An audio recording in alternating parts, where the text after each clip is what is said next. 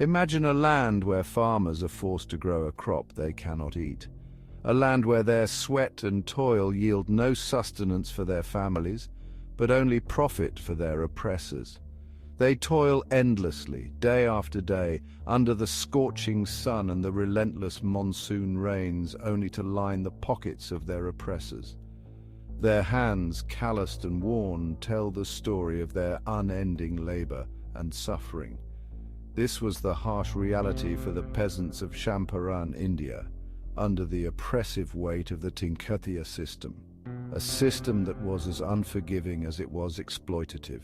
This exploitative system, enforced by British indigo planters, dictated that farmers dedicate a significant portion of their land to cultivating indigo. Land that could have been used to grow food for their families was instead used to grow a crop that brought them nothing but misery.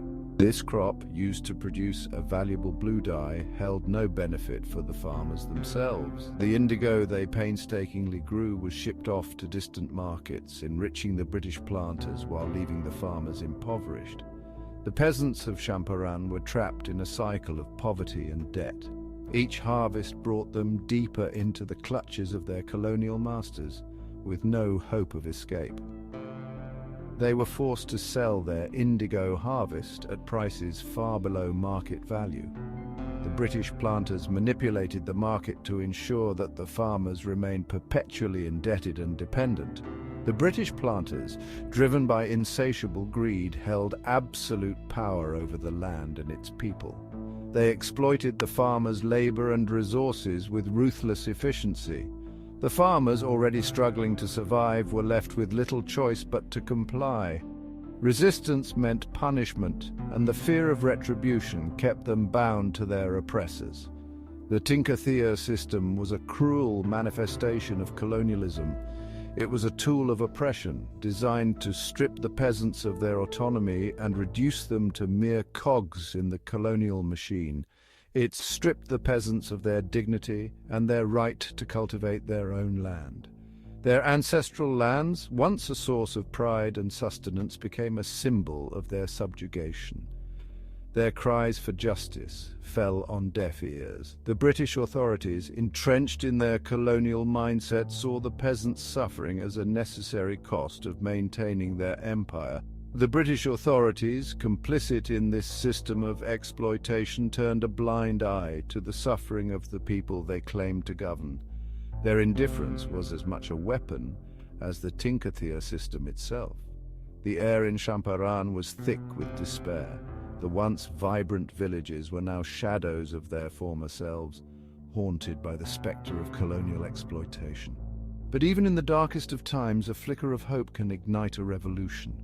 The peasants of Champaran, though beaten down, were not broken.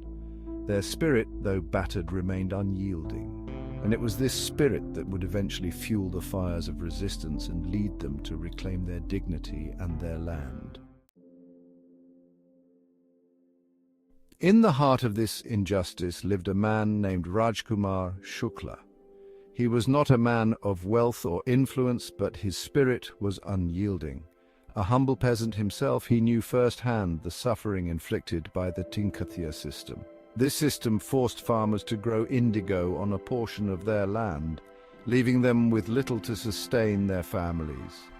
Determined to break free from the chains of oppression, Shukla embarked on a relentless quest for justice.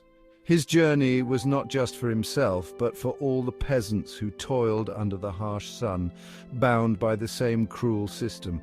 He heard whispers of a lawyer in distant Calcutta, a man known for his unwavering commitment to truth and justice.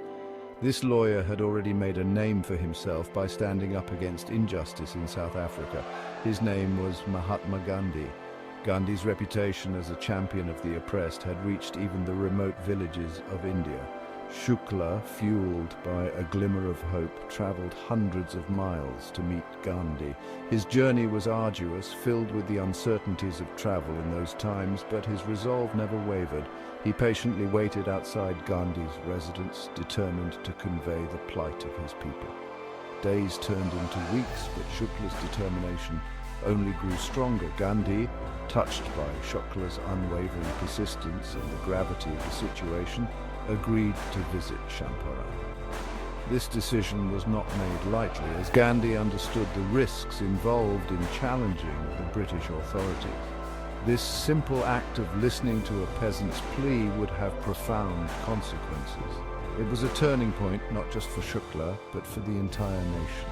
It marked the beginning of Gandhi's fight for social justice in India and set in motion a chain of events that would challenge the very foundation of British rule. The Champaran movement became a symbol of resistance and the power of collective action. Shukla's unwavering determination serves as a testament to the power of one individual's courage to ignite a movement.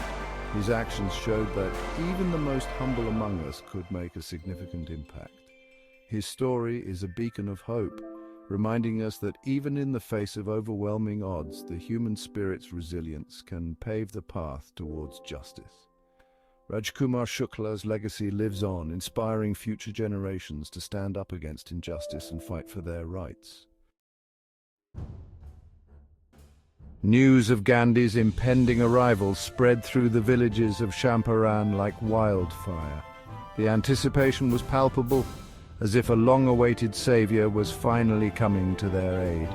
The villagers, who had endured years of hardship and exploitation, saw a glimmer of hope in the horizon. The peasants, burdened by years of oppression, dared to believe that change was possible. They had been subjected to the harsh demands of the British landlords, forced to grow indigo under oppressive conditions. Their lives were a constant struggle, but now, with Gandhi's arrival, they felt a renewed sense of purpose and determination. Gandhi, with his unassuming demeanor and unwavering commitment to truth, embodied the hope they desperately clung to. His simple attire and humble approach resonated deeply with the villagers, who saw in him a reflection of their own struggles. Gandhi's presence was a beacon of light in their darkest hours. However, the British authorities, threatened by Gandhi's growing influence, attempted to restrict his movements. They were wary of his ability to mobilize the masses and feared the potential for unrest. The colonial rulers, accustomed to their unchallenged dominance, were now facing a formidable opponent in Gandhi. They issued an order demanding he leave Champaran, hoping to quell any potential unrest.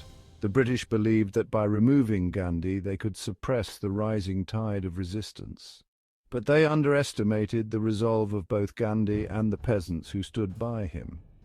Gandhi, in a display of peaceful defiance that would become his trademark, refused to comply.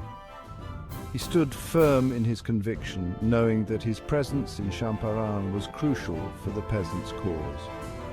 His refusal to leave was not just an act of defiance, but a statement of solidarity with the oppressed. He believed his duty lay with the oppressed peasants of Champaran. Gandhi's commitment to their plight was unwavering, and he was determined to stand by them no matter the consequences. His actions inspired the villagers, giving them the courage to stand up against their oppressors. Gandhi's defiance marked a pivotal moment in India's struggle for independence. It was a clear message that the Indian people would no longer accept subjugation. This act of resistance was a turning point, galvanizing the nation and setting the stage for future movements. It signaled a shift in power dynamics, demonstrating that the might of the British Empire could be challenged through non-violent resistance. Gandhi's philosophy of Satyagraha, or truth force, became a powerful tool in the fight for freedom. The success of this approach in Champaran inspired countless others to join the cause. Gandhi's arrival in Champaran was more than just the arrival of a lawyer, it was the arrival of hope itself. The villagers welcomed him with open arms, seeing in him a leader who truly understood their suffering. His presence brought a sense of unity and purpose to the community. His unwavering commitment to justice emboldened the peasants and ignited a spirit of resistance that would forever alter the course of their destiny. The movement in Champaran was a testament to the power of collective action and the enduring strength of the human spirit. Gandhi's legacy in Champaran would be remembered as a beacon of hope and a catalyst for change in the fight for India's independence. Section 4. Unmasking Injustice. Gandhi's Quest for Truth. Gandhi, deeply moved by the plight of the Champaran peasants, embarked on a meticulous investigation into the Tinkathia system. He visited countless villages, patiently listening to the stories of hardship and exploitation endured by the farmers. Gandhi understood that true power resided in knowledge and first-hand accounts. He meticulously documented the peasants' experiences, collecting testimonies and evidence of the injustice they faced. These harrowing accounts, filled with stories of coercion, intimidation, and despair, exposed the true nature of the Tinkathia system. Gandhi's investigation was not merely about exposing the truth, it was about empowering the peasants themselves. By giving them a voice and validating their experiences, he ignited a sense of self-worth and agency that had long been suppressed. Gandhi's quest for truth became a powerful weapon against oppression. His meticulous documentation of the peasants' plight revealed the stark reality of British colonialism to the world, galvanizing support for the growing movement for justice in Champaran. Section 5. Beyond the Law, Empowering a Community. Gandhi recognized that true liberation extended beyond legal victories. He believed in empowering the community from within, fostering self-reliance and education as essential pillars of a just society. Gandhi, along with a dedicated group of volunteers, established schools and healthcare centers in Champaran. These initiatives aim to uplift the community, providing them with the tools and knowledge to break free from the cycle of poverty and dependence.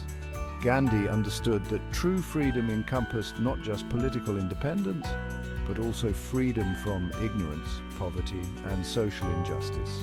His efforts in Champaran went beyond challenging the legal framework of oppression. They aimed to empower the community to become self-sufficient and resilient.